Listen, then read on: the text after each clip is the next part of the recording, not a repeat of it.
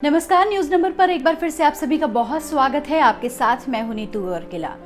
लो जी, होली का त्योहार भी आ गया। अब होली को कुछ ही दिन बचे हैं और आपने सारी तैयारियां भी कर ली होंगी, गुजिया बना ली होंगी, बच्चों के लिए पिचकारियां भी खरीद ली होंगी। तो फिर अब क्या बचा?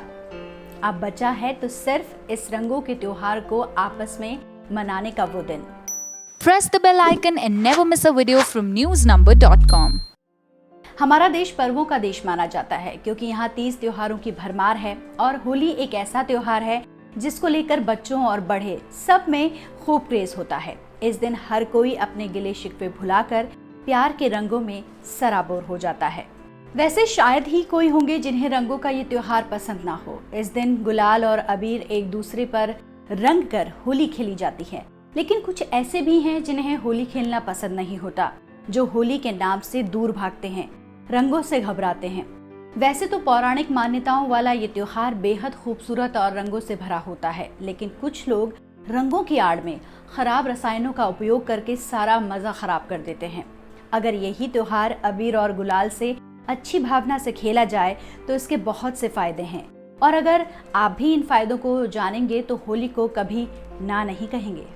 होली पर रंग लगाना केवल आनंद या धार्मिक कारण नहीं है, इसका वैज्ञानिक कारण भी है। होलिका दहन के अगले दिन से चैत्र मास का आरंभ हो जाता है और चैत्र में बीमारियां फैलाने वाले जीवाणु काफी सक्रिय हो जाते हैं, क्योंकि इस महीने में ऋतु में बदलाव होता है।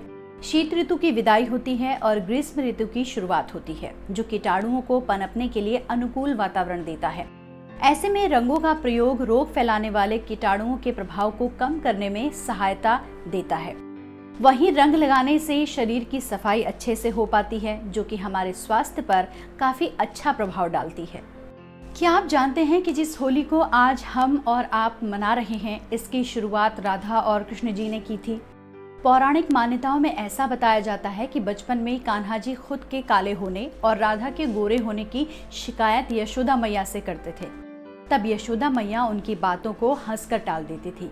फिर एक दिन उन्होंने सुझाव दिया कि वो राधा को जो भी रंग में देखना चाहते हैं, जिस भी रंग में देखना चाहते हैं, वो रंग उनके चेहरे पर लगा दे। बस तब से होली मनाने की परंपरा चल पड़ी। होली का त्योहार हर जगह कुछ अलग अंदाज में मनाया जाता है। कहीं फूलों की होली खेली जाती है तो कहीं लठमार होली। तो चलिए अब आपको कुछ खास तरह से मनाई जाने वाली होली के बारे में भी बताते हैं। होली महोत्सव मथुरा और वृंदावन में एक बहुत प्रसिद्ध त्योहार है। भारत के अन्य क्षेत्रों में रहने वाले कुछ अति उत्साही लोग मथुरा और वृंदावन में विशेष रूप से होली उत्सव को देखने के लिए इकट्ठे होते हैं। मथुरा और वृंदावन महान भूमि है जहां भगवान कृष्ण ने जन्म लिया और बहुत सारी गतिविधियां की। होली उनमें से एक है। इतिहास के अनुसार ये माना जाता है कि होली महोत्सव राधा और कृष्ण के समय से शुरू किया गया था। राधा और कृष्ण शैली में होली उत्सव के लिए दोनों स्थान बहुत प्रसिद्ध हैं। मथुरा में लोग मजाक उल्लास की बहुत सारी गतिविधियों के साथ होली का जश्न मनाते हैं। होली का त्योहार उनके लिए प्रेम और भक्ति का महत्व रखता है, जहां अनुभव करने और देखने के लिए बहुत सारी प्रेम लीलाएं मिलती हैं। भारत के हर कोने से लोगों की एक बड़ी भीड़ के साथ ये उत्सव पूरे एक सप्ताह तक चलता है। वृंदावन में बांके बिहारी मंदिर है जहां ये भव्य समारोह मनाया जाता है। मथुरा के पास होली का जश्न मनाने के लिए एक और जगह है, गुलाल कुंड, जो कि ब्रज में मौजूद है। ये गोवर्धन पर्वत के पास एक झील है। होली के त्योहार का आनंद लेने के लिए बड़े स्तर पर एक कृष्ण लीला नाटक का आयोजन किया जाता है। बरसाना में लोग हर साल लठमार होली मनाते हैं, जो बहुत ही रोचक है। निकटतम क्षेत्रों से लोग बरसाने और नंदगांव में होली उत्सव को देखने के लिए आते हैं। बरसाना उत्तर प्रदेश के मथुरा जिले में एक शहर है। लठमार होली छड़ी के साथ एक होली उत्सव है जिसमें महिलाएं छड़ी से पुरुषों को मारती हैं। ये माना जाता है कि छोटे कृष्ण होली के दिन राधा को देखने के लिए बरसाना आए थे, जहां उन्होंने उन्हें और उनकी सखियों को छेड़ा और बदले में वो भी उनके द्वारा पीछे किए गए। तब से बरसाना और नंदगांव में लोग छड़ियों के प्रयोग से होली मनाते हैं, जो कि लठमार होली के नाम से जानी जाती है। होलिका दहन के अगले ही दिन धुलेंडी मनाई जाती है। धुलेंडी को धूल खेल और धूली वंदन और इसके साथ ही चैत बदी भी कहा जाता है। वर्तमान में धुलेंडी के दिन लोग एक दूसरे पर रंग, अबीर और गुलाल डालकर ये त्योहार मनाते हैं। लेकिन इस त्योहार का पारंपरिक स्वरूप वर्तमान से काफी अलग था।